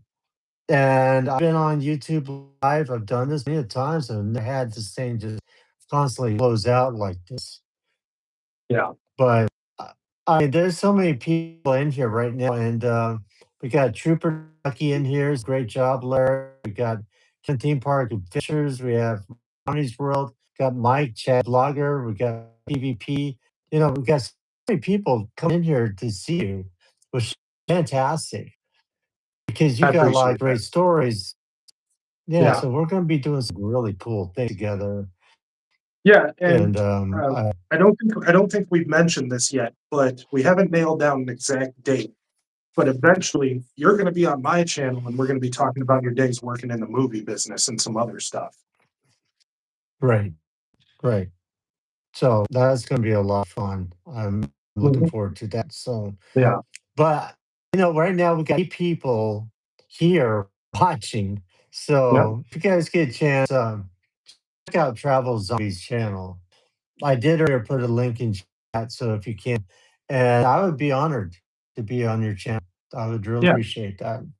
yeah. And I would love to have you, And man, maybe because I would love to help you get over 1,000, man. Because we were texting last night.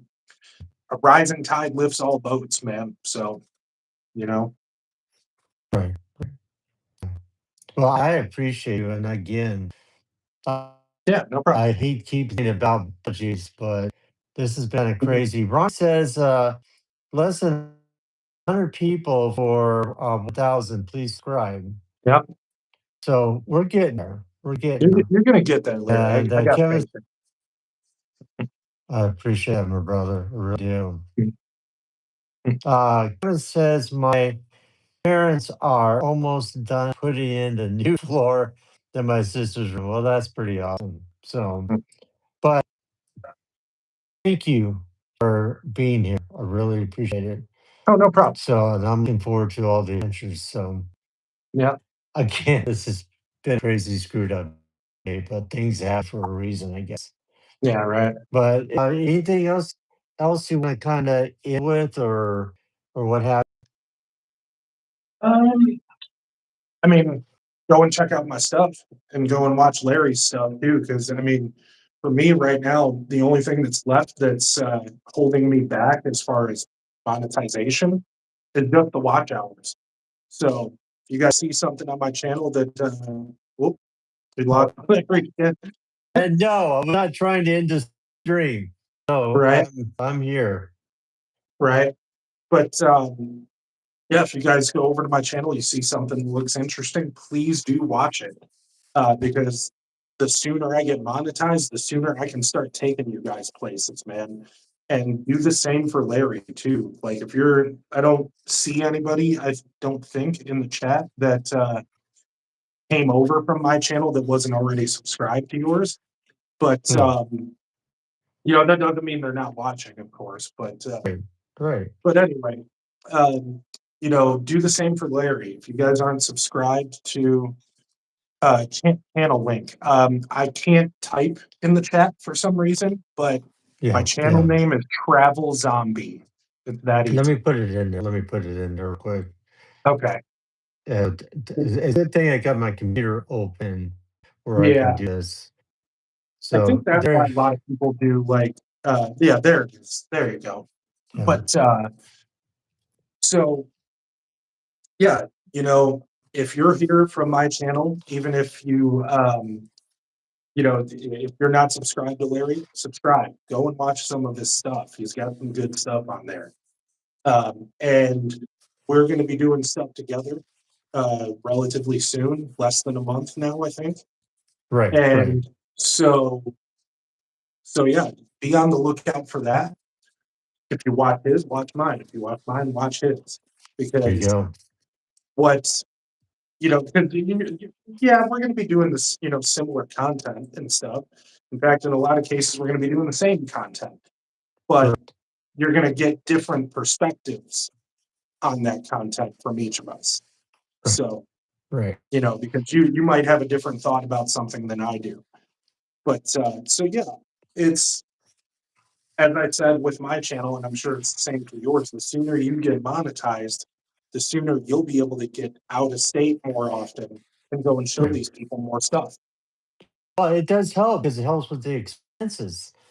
Yeah, Because we love doing this. It's a lot of fun, but to yeah, keep it going, you gotta also there's a lot of expenses that are mhm, involved. There's travel, there's places you stay, there's gas, there's food.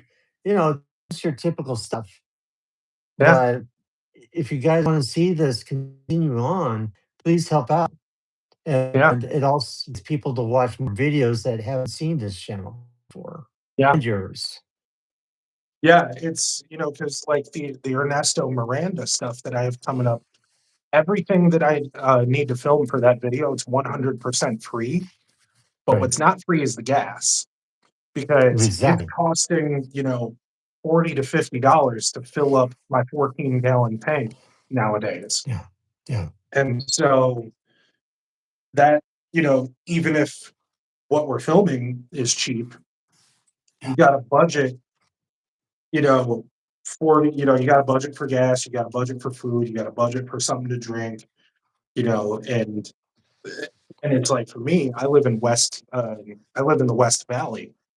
And Yeah. so if I'm going to Phoenix, depending on what part of Phoenix, that's a 30, 40-minute drive maybe on a good Right. day. Yeah. And And traffic. if it's a weekday, if I happen to wrap up in the middle of rush hour, then I gotta wait till rush hour's over Yeah. because All right. otherwise I'm just sitting there in traffic. So I'll go sit at a restaurant or something, and start editing my video in the restaurant. Yeah. But yeah, Yeah. so you guys might not have a way to. I mean, I have a couple of ways. If you guys click over to my channel and click on the link in my bio, there are other ways that you can support the channel outside of YouTube. But if you guys really want to help us out, we both Larry needs subscribers and watch hours. I need watch hours. Yeah. So Yeah. Yeah. yeah, I'm real close to subscribers and yeah, watch hours. I was really close, but unfortunately, my health kind of took a turn for a little while. But things like that happen, yeah, and you just got to deal with it. But I appreciate you coming in and giving us your perspective. yeah, Um, being a part of this crazy, crazy adventures that's going on, and I look yeah, forward to doing all these things with you. yeah. But I'm looking forward to it too because I've never collabed with anybody on the channel before, so that's going to be a first for me. Oh, did we lose him again? I think we did.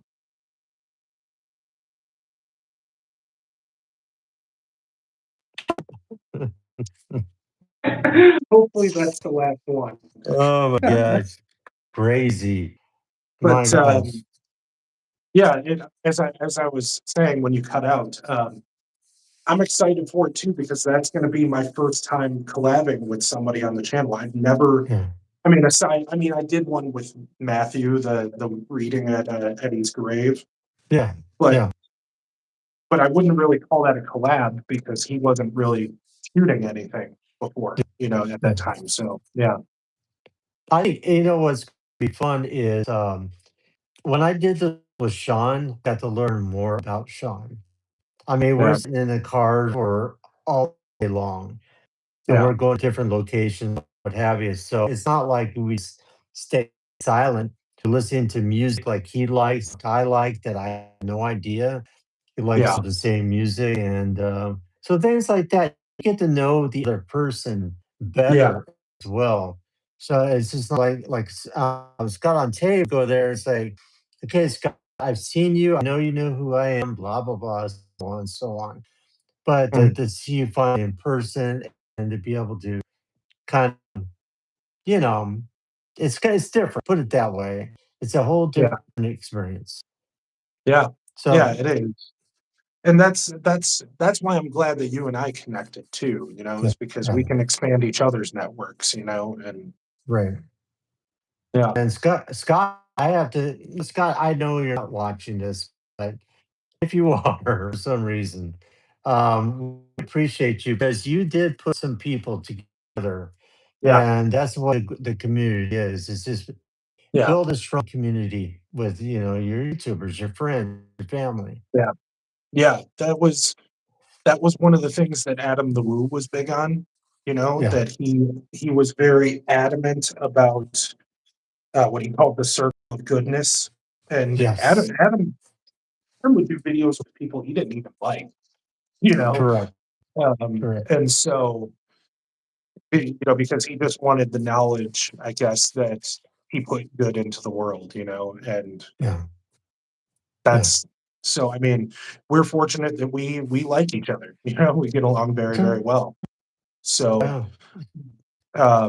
but yeah, it's it's one of those things where, like I said, I would love to meet Sean someday. I'm not sure what kind of video I'd be able to do with him or anything like that. Because Yeah. I don't know filming locations around here like you do. But Right. Right. now, if we were talking about back in my hometown, Joliet, Illinois, then I could do the old Joliet prison where Prison Break and Blues Brothers were shot and all that. And but Right. but that's some stuff that you and I are going to be doing. I still have to find Near Dark. By the way, I have to find where I can watch it because I was looking yesterday. It's not streaming anywhere. No, So that's the crazy thing about it. This is I hate to even say this, this is the 40th anniversary. They actually came out in 87, the 40th anniversary when the movie was filmed. So next year typically is going to be the 40th anniversary for Near Dark. yeah, So yeah, pretty crazy. But if I'll find out and see if I have a copy for okay, you to, for you to watch, I think that'd be great. yeah, yeah. I would love that. I'd love to see it because you worked on that one, right? Correct. Correct. Yeah, it What was what Bill you Paxton's double. oh, you were a double for Yeah, Bill Paxton. Bill. Oh, I think I heard you talking about that. Yeah, but Yeah, because we're the same build and everything else. So that's pretty cool. yeah, that's you know what I love too is there was a forget where the movie Twister was filmed, but this is on my map. I have a map for those of you who don't know me. I have a map of over 1,200 locations all across the US, the UK, China, Japan, Australia, like Mexico, of locations that I would like to film. So anytime I see something that I want to film, I go on Google Maps and I pin it so that if I'm ever in that Nice. area, I can just zoom out and look at what pins are there and decide what I want to do. It's a good But idea. yeah, right. And so I one of those is there's a museum in the town where the movie Twister was filmed. Yeah. And Oh, that'd be fun. yeah, and I believe there's, if I remember correctly, I think it's this museum, but I saw somewhere that they have a map of where they have a sorry, my lips peeling. Whoops. But so they have a map that shows the locations of transponders for storm chasers in Oklahoma, Oh, right? really? Right. And but it's a printed map, so like it doesn't change. And the Yeah. context is that this one was taken after Bill Paxton had passed away. And so storm chasers independently decided to organize this where they went all over the state and used the oh, oh, I'm frozen now, I think. Yeah, you are. That's You're weird. frozen. You can hear me though? Yeah, I can hear you, but you are like in a blackout. Blackout and a blackout. That's real weird. Yeah. I Huh, don't. Hey, flip your camera around or something and see if that might maybe. work. You see something or no? Yeah, I see a clock on the wall. Okay. Now try flipping Got on my face. again. There we go. Now we got my face back. Okay. Yeah. So I figured that would work. Yeah. So anyway, what they did was these so what they did was these storm chasers, they decided to use their transponder to go across the state of Oklahoma and spell out the letters BP in honor of Bill Paxton all across the state. Oh, are you serious? Yeah, it was so Hey, sweet, man. It was such a sweet tribute. I think yeah, it's in that, I could be wrong, but I think it's in that museum in the town where the movie was filmed. But yeah. they have one of the Dorothys there from it and all that. So that kind of stuff is really cool. I would love to do Um, that. Petty blogger. I'm gonna head out, folks, and got this on rewatch, Larry. And thank you, Travel Zombie, for answering my question. You're welcome. Thank you so much for watching. Thanks, Mike. I appreciate you being here. But that would be something fun to do, like Yeah, in the near future, is go to Oklahoma and do that. yeah, because I've never done I've never done a filming locations video either. So Yeah. you know, Stay uh, tuned. yeah, and there's plenty around the Northeast Illinois, Southeast Wisconsin, Northwest Indiana too, because Okay. like I would love to do the filming locations of the Johnny Depp movie Public Enemies. Uh, Oh, wouldn't that be fun? yeah, because they used a lot of the real life Dillinger locations. Gotcha. So, and by the way, if I'm droning on for too long, if you got to go, let me know. All right. No, no, you can finish up and you'll probably have to say goodbye to everybody, but this is fun. Yeah, yeah, I agree. But um, but yeah, for that movie, they used a lot of the real life Dillinger locations. Um, One of them, in fact, they used the actual Biograph Theater where he was shot. But the difficult part of that for the production was that that street is one straight, flat, long shot. So they Oh, had to wow. book out like several blocks, you know? Yeah. And so they Yeah. had to have the cops out there controlling traffic. They had to have all of the storefronts had to be, you know, they had to buy out the storefronts for the time that they were shooting.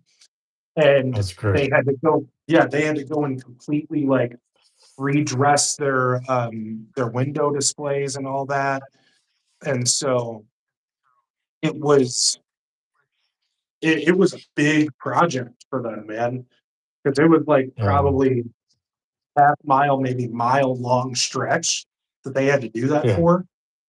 So it was a really, really big thing and really impressive that they managed to pull it off because, you know, it's easier when there's hills and stuff because your line of sight only goes so far.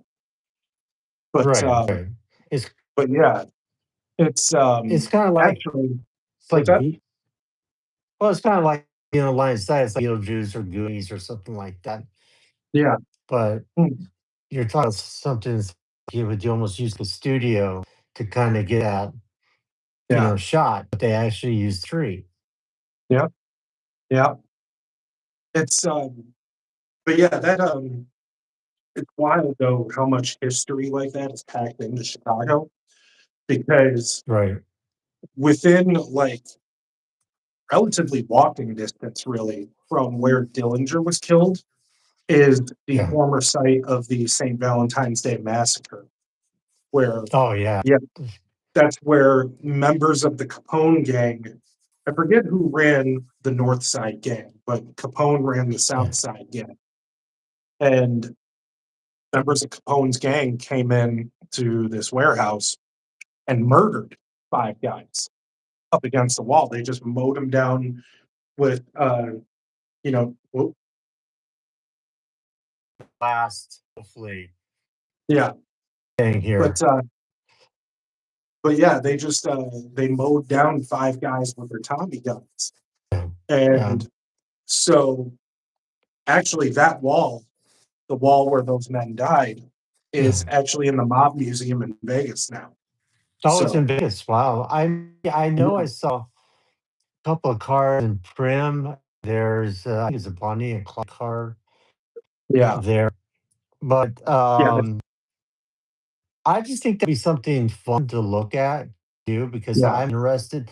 love history, but also love film history. So Yeah, doing locations with something like that would just be just killer. It'd be awesome. Just absolutely. Yeah. It, so by the yeah, go ahead. what's up? Yeah, Go ahead. I think that Bonnie and Clyde car is actually being moved because Yeah. all of the casinos in that family of casinos in Prim, they're all closing. So I think Oh that's going to yeah. be probably moved somewhere. I'm hoping the Mob Museum picks that up too, because that Well, that would museum's be on. Yeah. that would be great. Yeah. By the way, guys, don't forget Kevin Theme Park Adventures birthday is this Tuesday. So happy birthday, Kevin. Appreciate it. Mm. All right, so go ahead. We can finish up and we can continue this again some other time when I come onto your channel. Yeah, yeah, absolutely. Yeah, there's a million things that I would love to do, and Yeah. I've talked about that a lot on my channel because we don't get a ton of chats on my channel for Yeah. whatever reason when I'm live, Right. but anyway, that's why I usually try to announce them like 5 or 6 days in advance and give people Yeah. as much notice as possible, you know, Yeah. but That's there's a million and a half things that I would love to go and do, like, I've never been to LA before, so, really yeah, I would love to go to LA and, check out everything there, you know, I would love to do this series. This is a thought that I've had, but it would be a very expensive series. Would be to find which famous houses you can actually stay in. Like yeah. one of them, there's Andy Griffith's childhood home. You can stay Right. in there. You can Oh, rent that'd be it through one of crazy. the local. Yeah, you can rent it. Adam did it once. Hmm. He stayed in that one. And then there's um, the, Van Zant family house in, I think it's in Jacksonville, Yeah. where Ronnie and Johnny Van Zant, of Leonard Skinner grew up, you can stay there. Oh, that's Um, cool. yeah, there's I wish that they would do it with places like the Fresh Prince house or, but the thing is with the Fresh Prince house, the inside looks nothing like the show, so, Yeah. Yeah. you know. I mean the Brady Bunch house, but they're not gonna let anybody they're really limiting people even going into the house in Studio City for the Brady Bunch. Yeah, Because they just get it down to the T. The lady I was watching video yesterday about the lady who owns it, and she wasn't a big fan of the bunch, but she knew a lot about the shows and everything else. But she made sure this house with the home garden when they all came in and the Brady kids to get that yeah, house look exactly like it did in on the television screen. yeah, yeah. I think I've So seen the pictures too, because that was a recent renovation that they did too. Uh, right. Right. but Yeah. and the other piece of good news on that front that I've heard is the Breaking Bad house, Walter White's house from Breaking Bad recently sold too. And Is that in New Mexico? yeah, yeah, it's in New Yeah. Mexico. Yeah. When I was there, because I've been there a couple of times, I've been there I think 2 or 3 times now to Yeah. Albuquerque. But I've only been to the house once because Yeah. the lady that owned it did not have the best reputation in the world for being nice to people. So, That's but sad. yeah, and I mean I understand why too because a lot of people were very disrespectful of her property and stuff like that. So Yeah. Yeah. she kind of had to ward people off a bit because people were throwing whole pizzas up on her roof because that's what Walt did in the show. You know, there were people that would come. Are you frozen again, Larry? Oh, Welcome to Be Yourself Blackout Avengers. Wow. right. I mean, But yeah, what's up? that's pretty understandable. I mean, I Yeah, can understand that, but yeah, and I mean, there is a line to be drawn though because like she's used racial slurs and stuff yeah, before, which to me, Yeah. it's not okay, like, you can Yeah. be upset about people being there, but don't be calling using slurs and stuff like that, Right. but fortunately, that house is recently sold, so the hope Yeah. now is that it'll turn into some kind of thing where, either they make it look like it did in the show and, they do tours, or maybe they even turn it into an Airbnb or something like that. That would be cool. Yeah, it'd be really cool, and Albuquerque is they are so proud of that show there. Like, Yeah. there's there's a whole store there, they call it the official Breaking Bad store, that Oh, the seriously? whole yeah, the whole store is nothing but Breaking Bad stuff, and attached to it is a mini museum of props and costumes and photo ops from Breaking Bad. And That's so great. you can go in there and you can see costumes from Gus Fring, Jesse Pinkman, Walter White, Skyler, Walt Jr. You can see all kinds of props and stuff like and they it's only like 2 rooms, but Yeah. this stuff is stacked floor to ceiling on every freaking wall, man. It's everywhere. They have so much stuff that they actually got with a local jeweler and started cutting up the costumes and putting pieces of the Yeah. costumes in jewelry because they didn't have room for all of it. That's great. It's funny because I had a meeting with the producer that did Breaking Bad out in Century City in Los Angeles. His name is Mike Johnson. Mm, He's the one that came up and got the Breaking Bad together. When I was in the meeting with him, he was talking about the new one called Better Call Saul. Saul on that. yeah. Oh, So that was pretty interesting. But you were going to say something real quick? yeah. So it's funny you mentioned Better Call Saul because, through my haunted house days, I've met a lot of incredibly talented people.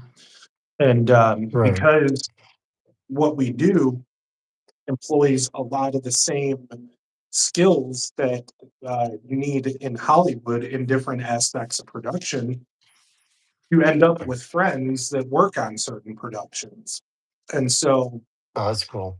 yeah, so one of the guys that builds sets and acts for us at the haunted house, he actually works on the One Chicago series. So, Chicago Fire, Chicago PD, Chicago Med, because all Oh, of those geez. shows actually, yeah, all those shows actually film in Chicago. They are filmed Yeah. 100% in Chicago. Even the studio stuff is filmed in Chicago. Um, Wow. but the reason I smiled when you brought up Better Call Saul is because one of those people, I'm not going to name her because privacy and stuff, but Right, she right, right. relates to the show. What haunted houses did you work? Were they in Arizona? What years? So it was not in Arizona. It was back home in Illinois. And one of them was a very, very well known haunted house called Statesville Haunted Prison, which was known nationally and was regularly ranked among the best in the country. And then the more recent one is the one that's still running, Hell's Gate Haunted House, which again ranked Oh, among the wow. best in the country. Um, but anyway, so I mentioned my friend. Not going to name her just because privacy stuff, and Right, she's more of an acquaintance really than a friend. Like we don't talk all that often, but it is somebody that I know. He right. actually worked in the costume department on Better Call Saul. So, Oh, and really? I just realized I forgot part of Ronnie's question. It was from 2004 until 2019 that I worked in the haunted house world. Um, but yeah, she worked in the costume department on. Whoop, we You lost guys. Larry again. Yeah, we did again. Yeah, but she worked in the costume department on Better Call Saul, and she was actually on set the day that Bob Odenkirk had his heart attack. Oh my So gosh, really? It's crazy. yeah, yeah, that was a scary one for them, man. And Yeah. I thought of the idea of doing a Better Call Saul, filming locations tour with Yeah. her, but the problem is she doesn't live in Albuquerque anymore because Oh, the show's over. wow. Yeah, the show's over. I Yeah. don't, so I don't think that would probably ever be a thing because that'd be a Yeah. lot to ask somebody to travel in just to do a video with me. So, Right. but yeah, But yeah. But on that note, we're gonna have to wrap it up, guys, that's on fine with this. me. But I'm actually I'm actually 10 minutes past my allotted time in the room anyway. So right, and I can and be honest with you, I could do this all day long. I yeah, could talk about this stuff be until what, midnight. But yeah, unfortunately, I got things I got to do. Got dinner plans tonight, and but I mhm, wasn't going to mess this up. It's like yeah, hell or high water. I was going to put us together. I'll do yeah, this for you guys. yeah. So, but I want to thank for everybody coming in, from Ron to Mike, Chatter Blogger. You know, I'm sorry if I forget who all was here because there's so many people in chat. Like Hardy, Al Hardy. It just goes on, Yeah, and I really, really, and I'm really again adamant. I apologize about the blackouts. And Ken, happy early birthday. But travel zombie, I appreciate my brother. This was a lot of fun. I appreciate So you too, Larry. Thank you. And again, you guys want to hear more about Larry's days doing movies? We haven't nailed down a date yet. We'll let you know when we do. He's going to be over on my channel. We're going to talk about that for a couple hours. So yeah, and no blackouts. yeah, No hopefully. blackouts. All right. Well, that's going to do it, guys. So thank you for watching Blackout Adventures, Beautiful Adventures. So we got 14 likes. Thank you guys for likes, and see you on the live stream or next video or next venture. But I look forward to being with you on your stream. Yeah, I look forward to it too. Thanks for having me. All right. All right. Take care. You Thank too. you. I Bye. appreciate it, my brother. Bye. Bye, everybody. Bye.